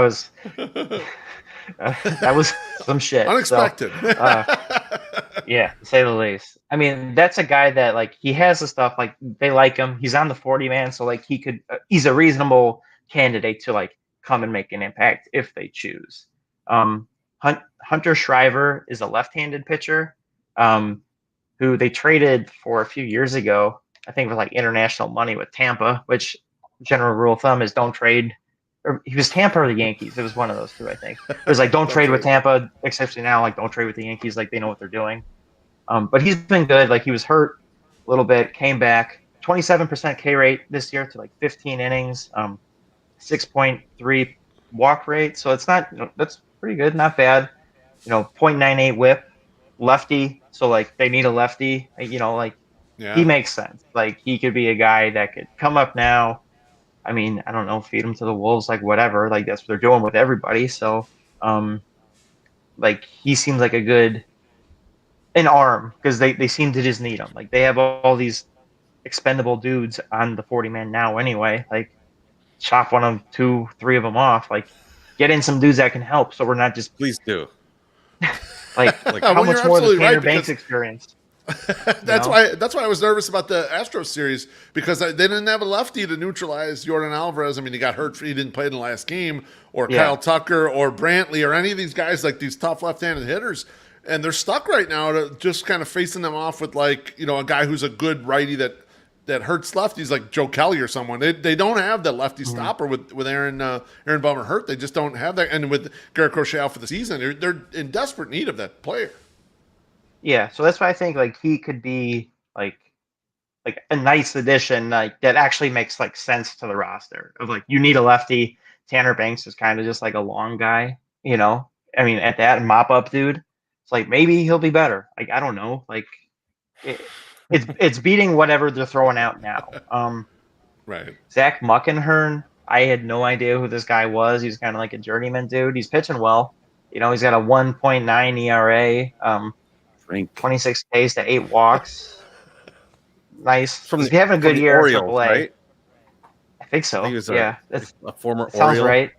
Oriole or something. I don't know, one of the East teams, but like he's having a good year in AAA, which is can't really say that for anybody on the Knights pitching staff. It's a handful, a handful of dudes at best. Like otherwise, like guys that are standing out. I mean, it's really like the big notable dudes, like your Colson Montgomery's like he's been on base like 31 straight games or some shit, like over like 920, 910, something like that. OPS, like he's living up to that bill. Wes Kath has been heating up. Like those aren't guys that are going to help out this year or anything. Brian Ramos further down the path. Yeah, further down the road for sure. Brian Ramos, Oscar Colas. I know everybody's right fielder in 2023, Yoelqui Cespedes. He is okay with the bat, maybe in Birmingham. Like that's a vote of confidence right there. Ringing endorsement. Everyone who had him in the lineup in 2023, just slide that back to like 2025. We'll just a little temper the expectations, Drink Mike or yeah, I mean, that's the other thing. Like that, I've seen his name bandied about. It's like have you looked like seen what he's been doing? It's 704 OPS. Blake Rutherford. Blake Rutherford has a better shot. Yeah, I know. So like that's the thing. Is like those guys, that batch of outfielder, like whatever. It's just not like it's not good. It like Yoelqui maybe needs more time. Like he's striking out a shitload, and has 6 walks on the season, and it's it's not good. It's not a lot. MSS and I have almost 6 walks on the season as well. So we're keeping pace with them. So that's my thing. Is I love to say for everybody, kind of like maybe he heats up after this and just makes me eat a big pile of crow, which I'll be cool with. But like don't pencil him in for next year. Like he might be. If he comes up, like if he amounts to be like Adam Engel eventually, that's great. Cool. Like a defensive dude that can kind of hit every now and then. Yeah. Right field with the future. Not so much. Maybe not. Walk that one back a little. Yeah. Pump the brakes on him a little bit. Okay. I got that. I'm with you. You on that.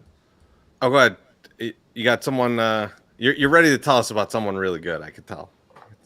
Oh no! Yeah, I could. Norge Vera looks cool. Like he looks good.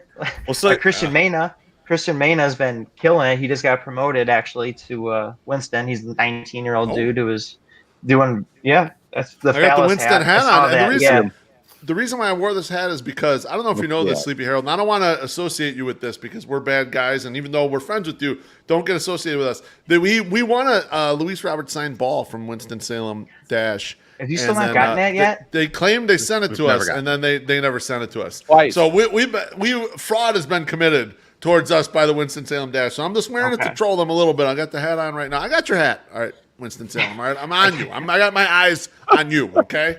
Well, I'll be down there in September. I'll make sure to yell at someone. Let them know. Should get it. I appreciate you. Okay. So, yeah. So you mentioned a few guys there that are interesting. And you mentioned Brian Ramos. You mentioned Norge Vera. You mentioned Christian Mena. And, we're looking at a team right now that is kind of middling in the majors. We still have a shot at the division. The trade deadline. I think it's like August 2nd. I want to say August 2nd. That's correct. So we're getting late. Let's say we're getting late in July. Who are the guys that are real trade assets for the White Sox at the deadline? Yeah, so the guys that teams will, I mean, assuming, let's say we're going after like a good player, you know, a la James Shields, peak James Shields, you know, for like Fernando. You know, they're gonna ask for like your Colson Montgomerys, like a Wes Kath, Oscar Colas type. Like those are the cream of the crop in the system. Like the stock system is like they've had guys progress. So like, yeah, it's not great. It's not a lot of depth, but you know, it's not like as dire as it was when I heard this reference to you, so I'm going to repeat it because it really rings it home. Like, you know, like when Addison Reed was the number one prospect and it was like Nestor Molina, like Yes, it's not the I remember same. those days. We're not the same state as like Where's Trey Malcheski at? exactly. Yeah. Like it's not the same bad as it was then. Like there's not a lot of depth, but like there are intriguing guys and guys that are playing up. A lot of it on the offensive side. So I think you know, like the group of like infielders where, you know, Lenyn Sosa, depending on this was, you know, who knows what his status is. Like if he's coming up, if he injured, had an off day, I don't know. Lenyn Sosa. Oh, sorry. I have to acknowledge that Casey Rogowski, that is a fucking name drop. I remember that dude from like 2006 or whatever. So, Timothy Maher is one of our best commenters, so I'm not shocked. He hey, came with a banger. fantastic job, Timothy.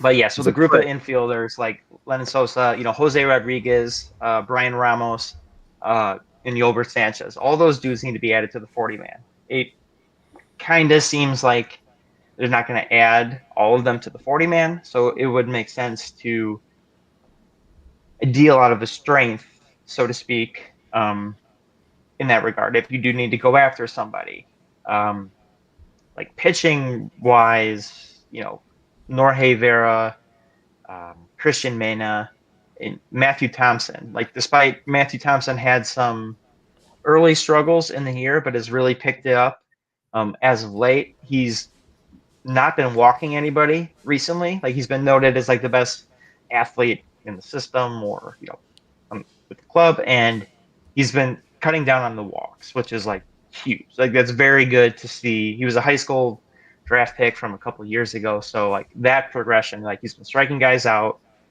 and not walking people is like a huge improvement.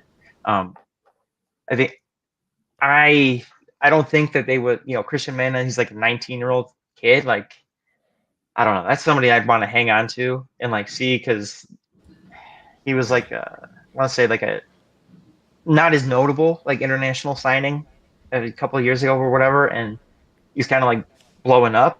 I mean, again, I'll preface it with like, nobody's untradeable. Like, right.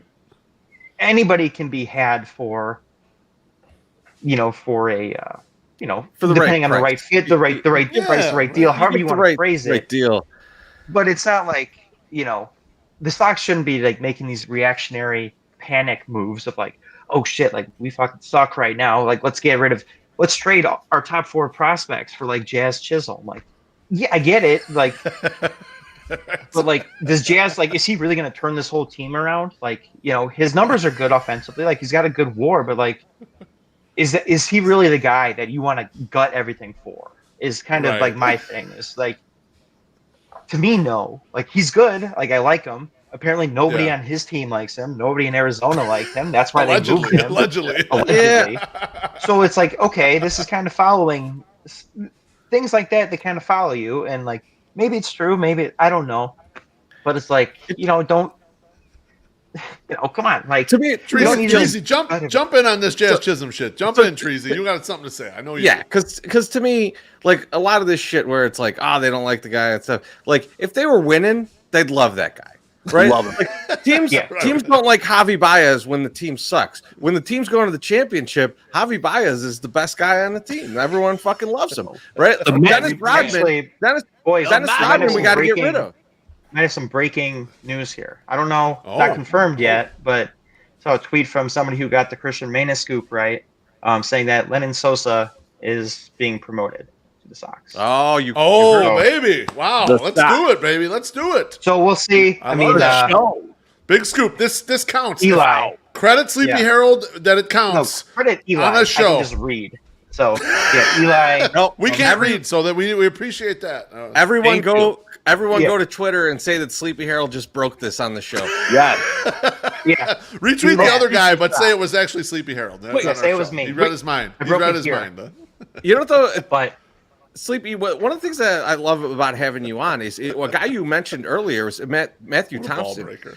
Like, I had put him in some trades like a couple of years ago, and now, like, you're telling me, like, you know, he's starting to get it together. I had already given up on that guy. I wasn't even thinking about him in terms of the org. So it's great to hear that, like, some of these guys that had some expectations, struggled at first, are now coming around. That's good to hear, because there's not a lot of good to hear from this organization and in the minors. So it is nice to hear that at least somebody's kind of clicking, and hopefully Lenyn Sosa also. yeah, I mean, it's nice, like, especially now, it's nice to see that they've had, like, they're still behind, like, in the grand scheme of, like, the Dodgers or the Rays or the Yankees and, like, the minor league, like, development aspect. But it's nice to see they're, like, you know, in like installing these guys and like giving them actually tools to like progress and succeed. Like we see that with like Lenyn Sosa, like and Thompson, like improving. Like that's what you want to see. Like with the high school guys or the young international dudes, like it takes time. Like it's just how it goes. Like it's not always preferred. It like there's going to be speed bumps. A lot of the times there are, like, not everybody just flies through, and like people in this day and age, like even myself included, like want to write people off like they suck, like they're gone, like they're garbage, and you know, like it's just like people need time, and like that's kind of what it is. It's nice to see that they're finally emphasizing, like, oh hey, like if we just do this internally, it costs less, and like they'll be better for us, and we get better return on our investment. Like, yeah, no shit. People have been telling you that for years, and you just didn't care. So now, like, they seem to care about it, and we realize, like, oh, this is a cheaper way to get talent and like get it to our team. It's like, yeah, cool. Like, do that. Like, emphasize that more. Like, have a philosophy. Like, it's this wild theory. Like, you know, you have something like going through for everybody, like from each step of the system, and like, oh, hey, maybe they get better, and maybe it helps you. Like it's wild. Sleepy, quick question on the Lenyn Sosa tip, you know, because he wasn't a top 100 prospect. And then Davis Martin, I mean, I think us as a podcast, we're big fans of how he came to the majors. He took the bull by the horns and actually pitched good. Like, do you think it's possible that the White Sox could have a nice little pipeline going where they don't have top 100 prospects, where they just have guys where they like under the radar dudes come up and are just like average-ish players? Because right now you got the superstars are locked in, right? You got Andrew Vaughn for a long time. Yeah. You got Luis Robert for a long time. You kind of have the pillars of this thing. Really, the spots you got to fill in are just those league average dudes, just the decent, good baseball players. Like we talked about Carlos Perez and Lenyn Sosa potentially getting promoted today. Like, do you think it's possible they could at least do that? It seems like they're starting to do it. Yeah, and like that's the thing. Is like I think even the last time I was on, I mentioned this. Is like the system. You just need to produce. Like again, producing superstars is fantastic. You just need to produce complementary pieces, like league average guys, just to come in and help when you need it. Like I think they're like it seems like they're making strides in that regard. It just seems like at this point, it seems to be on the lower level, which is a good sign to see though, because they've been putting more emphasis on like getting younger and like in doing that with the system. So seeing these guys, like even going back to like the Colson Montgomery, like Wes Calf, Christian Mena, like those are all. I mean, Montgomery's 20 now, but still, like those are all young dudes that are recent, like new to the system, and they're progressing. Like that's what you want to see. And then like they keep getting better. Like those guys are obviously ticketed in theory to be more highly impactful than Yolbert Sanchez, so to speak. But even if Yolbert comes up and provides what Larry was paid to do, like yeah, like that's kind of the point of like of minor leagues, like of the system, is to develop dudes to plug in and play when you need it at producing, at league average. Like that's it. That's right. I mean, like this, you sometimes you mess up a contract, right? Like you give a bad contract. You know, we look. We've been talking about this for a long time now, which is the Josh Harrison, and a lot of people, you know, are down on Josh Harrison, and the constant comment has been from me is, yeah, you can cut Josh Harrison. Who are you replacing him with? What is this? What does it improve by getting rid of him? And unless you have that minor league system to do that, there's not going to be that guy. And I think you touched on somebody that we want to definitely talk about, which is Colson Montgomery. And I'm going to bring up this comment from a little while ago because we just have to acknowledge it. And it's a motion to have all of White Sox Twitter change Jazz Chisholm's name to Chaz Chisholm. And you know what? I'm going to order the jersey right now. I'm in. Yeah, it's got to happen. If he changes his name to Chaz Chisholm, sold. Then we're shipping Colson. We're shipping Colson immediately. I'll drive him down to Miami. But that's the question. That's the question to you is, you know, would you consider Colson Montgomery being traded for the right deal? And like kind of give us you don't have to like say that this is the person that specifically you would trade him for, but give us like kind of a general idea of like the type of player that would be required to get that kind of player out of your minor league system. Yeah. So I wouldn't want to. I would do it somewhat reluctantly, depending on, you know, like he's not untouchable. He's a guy I don't want to move. You know, so like, because he's drafted high, like he seems to be so far. Again, it's early in his career, so like things can change, whatever, he can blow up, like anything can happen. But like he's living up to like, oh hey, he hits, like the power will come. He's got a good eye, like he's left-handed. Like, okay, this is all things the Sox have needed.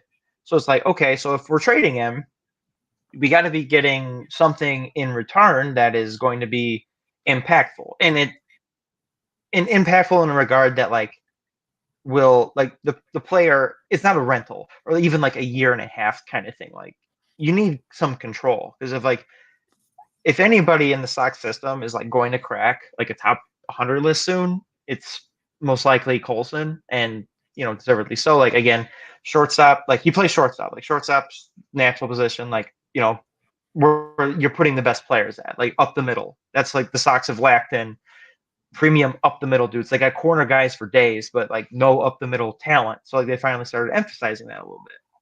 So like, I mean, to put like an exact, like, you know, of not knowing like who's available or whatever, like maybe like a tier, like if you go back to like how Brian Reynolds was like performing last year, yeah, you know, like okay, a guy under control.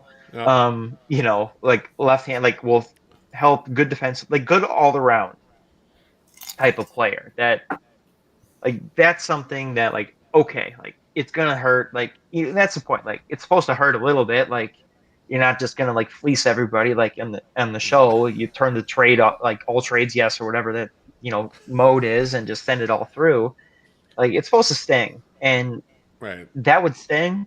But like if it's the right deal, like yeah, okay, like if it helps the Sox, like the Sox goal is to win. Like I think Colson could be up in, you know, 2 years and, you know, like help the team win, and like kind of that's quick too. I mean, especially for high that's school the thing, draft is like, and everything. If he's gonna keep hitting like this, like very quick. The Sox have been aggressive with like with promoting guys. Like okay, you handle this, like try this out, like, you know. I think they've walked it back from like the Courtney Hawkins days of like assigning him right to Winston and just letting him fail miserably. Like they've kind of learned, rough. Like, all right, he's proven like he can handle this. Like we'll give him a taste. And even like Jose Rodriguez, like he's struggling in AA, and like that sucks. But like he's also like 20, so it's like it's not the end of the world. Like some of that can be expected. Like you need to.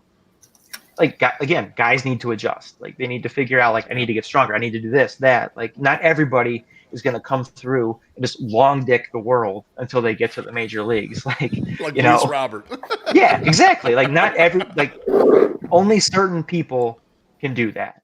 And not everybody it's not typical for everyone. So, I think, yeah, I would trade whoever I wouldn't want to trade Colson. It had to be somebody good. No fucking closers. No bullpen. None of that shit. No Frankie Montas. You're not trading him for like a year and a half of that. Fuck that. I love this. Like, So like, I love who you're not trading him for, but even better than who we might trade him for. It's like, here's all the people who are getting the fuck out of here. You do not get Colson for this shit. here's a guy that like shut up. he's not doing it this year, but I think like if he were, this would be a guy that you would go like.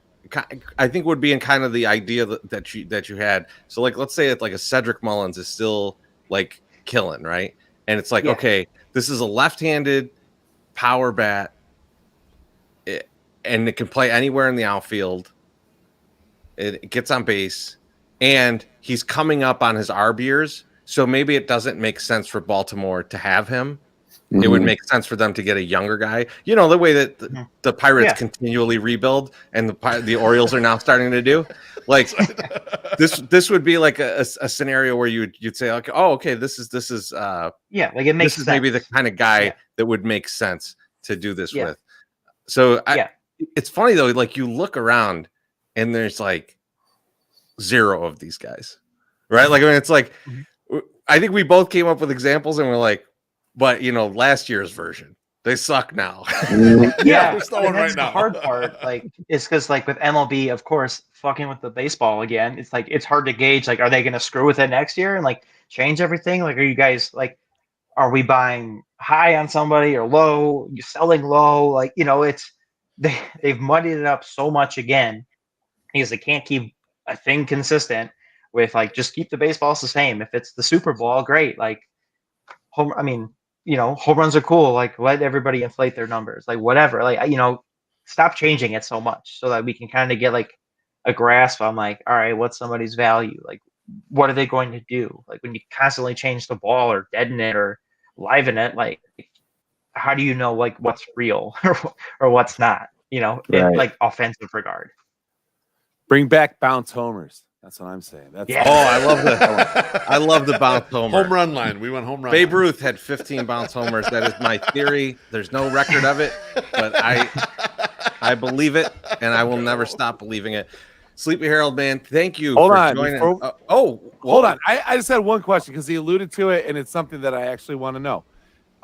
You said that the Sox are starting to do better at like trying to assess talent and like getting talent in and maybe putting some money in on the back end, like to like get good people coming up through the draft, like this, getting homegrown talent and actually doing that. Are we actually doing this, or is it something that like it's like when I would tell my parents, no, I'm studying for the ACTs. Like, I'm definitely going through this. Like, and I'm looking at the book like every night for at least an hour. Like, are they actually doing something, or are they just saying they're kind of doing something? Because that's something that pisses me off more than anything. Because it's like, listen, if you want to be cheap, great, but be cheap like Tampa. You know, be cheap like people that like, okay, I'll give this guy $60,000 a year to go sit somewhere and just watch guys throw baseballs. Like, you know, maybe in Clinton, Iowa, or maybe here. Like, let's just fly him around and see where he ends up. You know, like spend some money there to get somebody. Yeah. So like in a Tampa, like they're nowhere near Tampa, I would say. No, but like they're making the steps to like, right? Oh yeah. That's, you know, like they're here, and you know we're here at least, but like they're making the steps to like to emphasize that like, okay, like we need to address this. Like they have their hitting coordinators, like they're behind the 8 ball for sure, or they were, and they're catching up, but they're instituting these guys at these levels. Even, you know, like, I mean, it might be kind of funny, but like Danny Farquhar is like the pitching coach at Winston-Salem. Like, you know, he was an okay, whatever major league pitcher, you know, 4A guy, but like he was always one of those big data guys that like understood and like, you know, read all the, you know, all the info and like can transcribe that to the guys coming up. Like I've heard a story from somebody who used to be in the Sox system, like way back, like, you know, 80s, 90s, or whenever it was.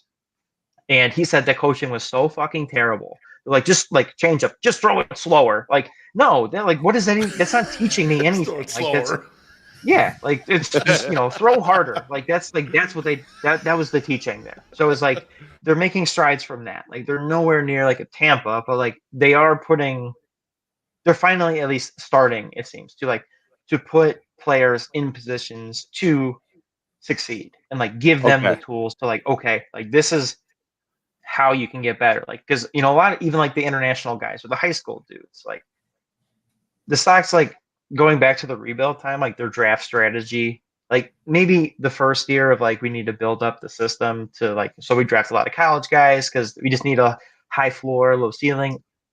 Okay, maybe I buy it.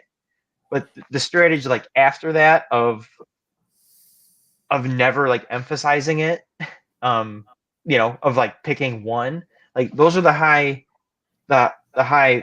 highly volatile, but like those guys when they break out, like they have value, like their skills like exceed, like they build and build, and like just ignoring it for years when you were being bad anyway, like who cares if it takes 4 years? Like it doesn't matter, So like now they seem to finally like, okay, we get it now. Like we finally understand, like we don't need all these college corner types. Like give us premium athletes that like might take a little longer, but they hold value longer. So if we need a trade piece that's easily sellable, then like, I mean, what Jake Berger's done is incredible, like coming back from the blown Achilles twice and whatever, but like, Colson Montgomery, even going like has significantly more value than Jake Berger will.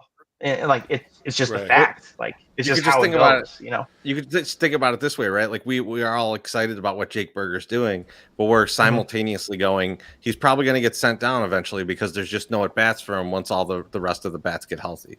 Right? Yeah. It's like you don't say that about a guy who is like a premium position. You just go, we'll just move him to another spot. We'll find a spot for him. Yeah.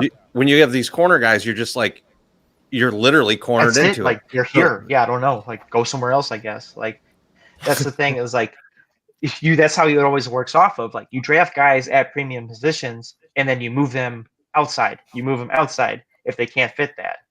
So it's like draft shortstop, second base, center field catchers. Like then work them off of that if you have to. Don't keep drafting first baseman and like left fielders. Like you don't need like sure if it's like Andrew Vaughn type, like yeah, that's an outlier. But like, don't keep fucking doing it.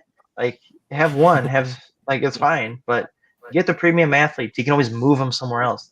That's why they're athletic. Like, they can play other positions. They just haven't yet. They've been the best players on their team so they played the best positions, the hardest ones.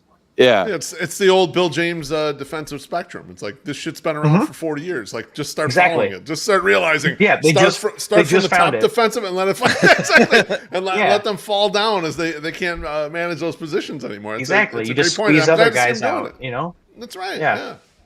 They blew the dust off of Bill James' book and said, "Hey, have you seen this? Nothing here." Exactly. Yeah.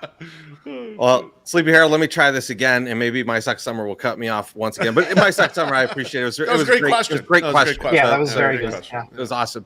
But man, great having you on, and I can't wait to see you at the park, and I can't wait for you to climb up the hugging rankings, at least with me. We'll see how it goes. I'll try.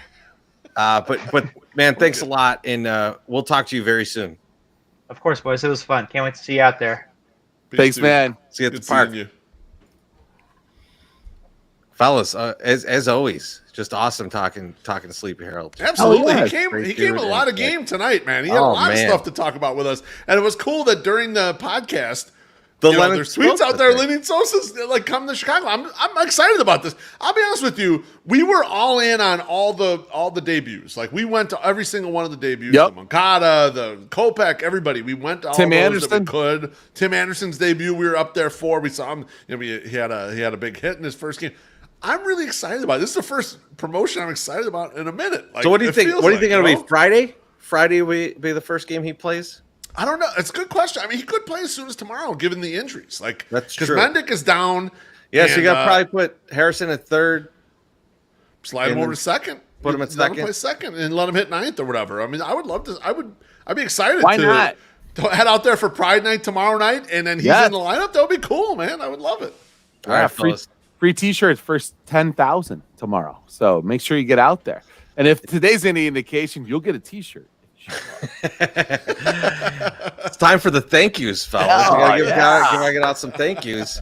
My Sock Summer, who are you thanking? My first thank you is to Dan Reyes.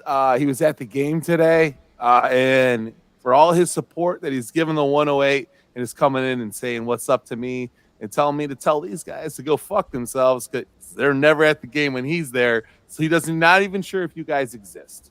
So that's my first one. My We're second getting one, soxed. my second thing is not a thank you, but more of a congrats to our good friend and dear fuzzy buddy Southpaw, who was inducted into the Mascot Hall of Fame on Sunday. Love it. And I know Dougie Fresh was out there, I'm assuming pounding Bourbon Counties while he's watching Southpaw not say a word during his acceptance speech. And I was like, why didn't that Southpaw have somebody like myself or you guys go up there and speak for him? Because, if you light me up with a nice 5 meg, I'll talk for hours. I can tell a good story about Southpaw. It would be great. Plus, I'd wear his shoes. So, Beef, who you thinking? I got to thank my man Jeff Passon for wishing me happy birthday and giving me a story to roll out at the beginning of this podcast. And other than that, I got no other thank yous. I thank myself for getting in Treasy's head early on in the show, and I really love that. I'm going to try to do that more often. I think we need fired up Treasy a little more in this show. What about you, MSS? You think so? We need that guy, right? We do need that, but we need to we can't have a guest that distracts us. We need to be able to beat him down while we're doing other things. Yes. Loaf, I guess that'll help us. Before you got the Jeff Passon birthday thing, the next best one, the second best one now is Gerardo, right? When I got Gerardo wishing there's no question. There was a couple years ago. There's no question. That's awesome. Yeah, that was awesome. What's up with you, Treasy? I want to thank Sleepy Harold. For me, one of the things that I am the worst at in terms of baseball and doing analysis is the minor league systems. It is goddamn impossible for me to look at a player in the minor leagues and understand what they're supposed to be, right? It just doesn't make sense to me. It doesn't track in my brain what the numbers down there are going to really equate to up here. And so it's really cool that we've got a guy who we have been hanging out with in the park for years, and it's just an awesome dude to hang out, awesome to have beers with, and it's really cool to just be able to, hey, why don't you come on the show and you tell us all the shit that we can't possibly know, and the timing again was perfect. So thank you to the Sox organization also for promoting Lenyn Sosa while we were doing this. That was also helpful. We'll take credit. With Sleepy Harold.